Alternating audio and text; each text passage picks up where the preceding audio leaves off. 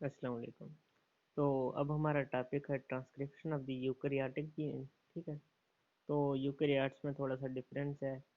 एक तो इसमें ट्रांसक्रिप्शन फैक्टर्स वगैरह का रोल होता है, और दूसरा प्रोमोटर रीजन वगैरह, इस तरह के डिफरेंसेस हैं। तो उससे पहले हमारे पास डिस्कस करने को है chromatin structure and gene transcription, gene expression. ठीक है। तो हमने पहले कल पढ़ा था कि डीएनए और हिस्टोन को मिला के हम कहते हैं न्यूक्लियोसोम। ठीक है। जब ये टाइटली बाउंड होंगे, ठीक है, तो हम उसको कहते हैं हेट्रोक्रोमेटिन। ठीक है। और जब ये टाइटली बॉन्ड होंगे, ठीक है, तो उसको हेट्रोक्रोमेटिन कहते हैं, और मतलब हम कह सकते हैं वो कंडेंस्ड फॉर्म है। ठीक है।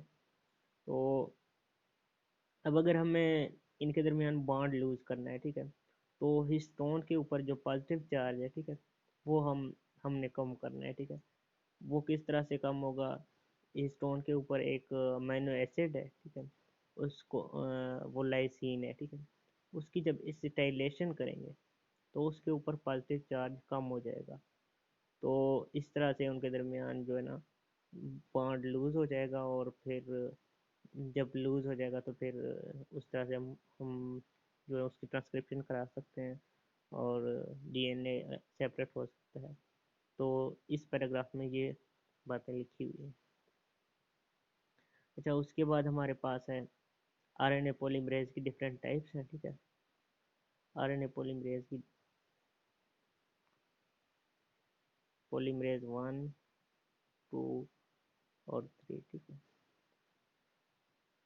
इसको हम इस तरह से याद कर सकते हैं, रो मत। जो हमारा पॉलीमरेज 1 होगा राइबोसोमल आरएनए को प्रोड्यूस करेगा। ठीक है। जो 2 होगा मैसेंजर आरएनए, और जो 3 होगा हमारे पास ट्रांसफर आरएनए। ठीक है। तो ये इस तरह से बात हो गई। मैं क्लियर कर देता हूँ। अच्छा, उसके बाद हमारा जो मेनली कंसर्न है यहाँ पे आरएनए पॉलीमरेज 2 के बारे में काफ़ी डिटेल से लिखा हुआ है। तो आरएनए पॉलीमरेज 2, तो इसने लिखा हुआ है कि ना उसी तरह प्रोमोटर रीजन होता है बिल्कुल, लेकिन थोड़ा सा इसमें डिफरेंस ये है, कंसेंसस सीक्वेंस एक तो वैसा ही है, ठीक है, TATA box SIM, TATA box वाला जो है ना प्रोकैरियोट्स जैसा ही है। और बाकी जो है ना, बाकी एक इनिशिएटर है, ठीक है, मतलब प्रोमोटर एलिमेंट्स में, और एक उसने कहा है डाउन स्ट्रीम प्रोमोटर एलिमेंट। ठीक है। तो हमारे पास यहाँ पे जो आरएनए पॉलीमरेज 2 है, ठीक है, वो आके डायरेक्टली खुद इनके साथ बाइंड नहीं कर सकता। आरएनए पॉलीमरेज 2 यहाँ पे डीट है, ठीक है। तो उसकी ना ये ट्रांसक्रिप्शन फैक्टर्स हमारे पास हैं कुछ, जनरल ट्रांसक्रिप्शन फैक्टर्स। ठीक है। वो आते हैं, ठीक है, वो वो इस आरएनए पॉलीमरेज 2 को बाइंड करवाते हैं इनको और प्रोमोटर एलिमेंट्स के साथ। एक हमारे पास ट्रांसक्रिप्शन फैक्टर 2D है, ठीक है, वो मतलब है बाइंड करवाता है यहाँ यहाँ पे आरएनए पॉलीमरेज 2 को। और एक हमारे पास ट्रांसक्रिप्शन फैक्टर IF है, ठीक है।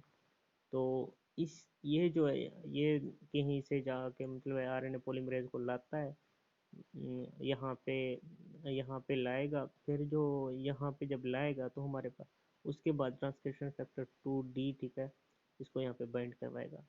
ये लिखा हुआ है जनरल ट्रांसक्रिप्शन फैक्टर्स में। ठीक है। उसके बाद जो है ना हमारे पास है रेगुलेटरी एलिमेंट्स। ठीक है। ये सारी चीज़ें, ये कोर प्रोमोटर एलिमेंट्स, ये रेगुलेटरी एलिमेंट्स, ये सब चीज़ें डीएनए जो हमारे पास है उसके ऊपर होती हैं। ठीक है। और वो सारा जो ट्रांसक्रिप्शन हो रहा है इनका रोल है। ठीक। तो रेगुलेटरी एलिमेंट्स हमारे पास दो किस्म की हैं, ठीक है, एक प्रॉक्सिमल है और एक डिस्टल है। ठीक है। जो प्रॉक्सिमल रेगुलेटरी एलिमेंट्स हैं उनमें एक ये जीसी बॉक्स है और एक काइट बॉक्स है। ठीक है। तो इन दोनों के ये रेगुलेटरी एलिमेंट्स के साथ जो स्पेसिफिक ट्रांसक्रिप्शन फैक्टर बाइंड करेंगे, ये हमारे पास जो प्रॉक्सिमल रेगुलेटरी एलिमेंट्स, ठीक है, जिनमें कैट बॉक्स, जीसी बॉक्स है, इनके साथ जो स्पेसिफिक ट्रांसक्रिप्शन फैक्टर बाइंड करते हैं, वो कंट्रोल करते हैं फ्रीक्वेंसी ऑफ इनिशिएशन कॉम्प्लेक्स। जो हमारे पास मतलब है, जितनी ट्रांसक्रिप्शन कितनी होनी है, कितने टाइम होना है, तो उसको कंट्रोल करते हैं ये स्पेसिफिक ट्रांसक्रिप्शन फैक्टर। इनके साथ प्रॉक्सिमल रेगुलेटरी एलिमेंट्स, जिनमें कैट बॉक्स, जीसी बॉक्स है, इनके साथ बाइंड करते हैं और कंट्रोल करते हैं फ्रीक्वेंसी उनकी। और जो हमारे पास है इनहेंसर एलिमेंट, जो डिजिटल रेगुलेटरी एलिमेंट्स हैं, ठीक है, ये ये तब ही एक्टिवेट होती हैं, ठीक है। ये इनका फंक्शन तब होता है जब हमारे पास कोई हार्मोनल सिग्नल वगैरह आता है, ठीक है। जब हार्मोनल सिग्नल आता है तो स्पेसिफिक ट्रांसक्रिप्शन फैक्टर्स जो है ना, ये डिजिटल रेगुलेटरी एलिमेंट्स के साथ बाइंड करता है। तो ये था हमारा मेनली। ये डायग्राम अगर आप अच्छे से कर लें तो आपको इजीली याद हो जाएगा, ठीक है।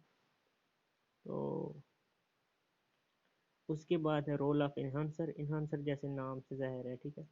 तो मतलब इन्हांसर का जो काम होगा वो बढ़ा देगा, ठीक है। तो rate of initiation of transcription, ठीक है।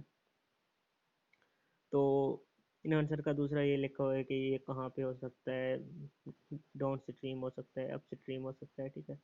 अप स्ट्रीम का मतलब होता है ट्रांसक्रिप्शन साइड से लेफ्ट साइड पे, और डाउन स्ट्रीम का उससे मतलब होता है उससे राइट साइड पे। दूसरा इसने ये बताया हुआ है कि जो हमारे पास क्या कहते हैं स्पेसिफिक ट्रांसक्रिप्शन फैक्टर है, वो इन्हांसर के साथ बाइंड करता है और इन्हांसर को बाइंड करा सकता है। और फिर जो है ना, यहाँ पे जो हमारे पास स्पेसिफिक ट्रांसक्रिप्शन फैक्टर है, जैसे दिखाया हुआ है कि ना, इन्हांसर के साथ बाइंड कर सकते हैं और फिर जो है इसको बाइंड वगैरह करवा सकते हैं, और फिर उसकी ना बाइंडिंग करवा सकते हैं जो हमारे पास प्रोमोटर आरएनए पॉलीमरेज 2 वगैरह है, ठीक है। तो specific transcription factor enhancer element को बाइंड करवा सकता है और उसको आरएनए पॉलीमरेज 2 के साथ बाइंड करवा सकता है। उसने ये बात भी लिखी हुई है। उसके बाद हमारे पास आरएनए पॉलीमरेज 2 का इनहिबिटर लिखा हुआ है, ठीक है। तो हमारे पास एक मशरूम है, ठीक है, उसका नाम बताया एमानिटा फेलेडस, ठीक है। उससे एक टॉक्सिन रिलीज होता है, ठीक है, उसको हम बोलते हैं अल्फा एमानिटन, ठीक है। वो टॉक्सिन जो होता है ना, आरएनए पॉलीमरेज 2 की एक्टिविटी को इनहिबिट करता है और इस तरह से हमारे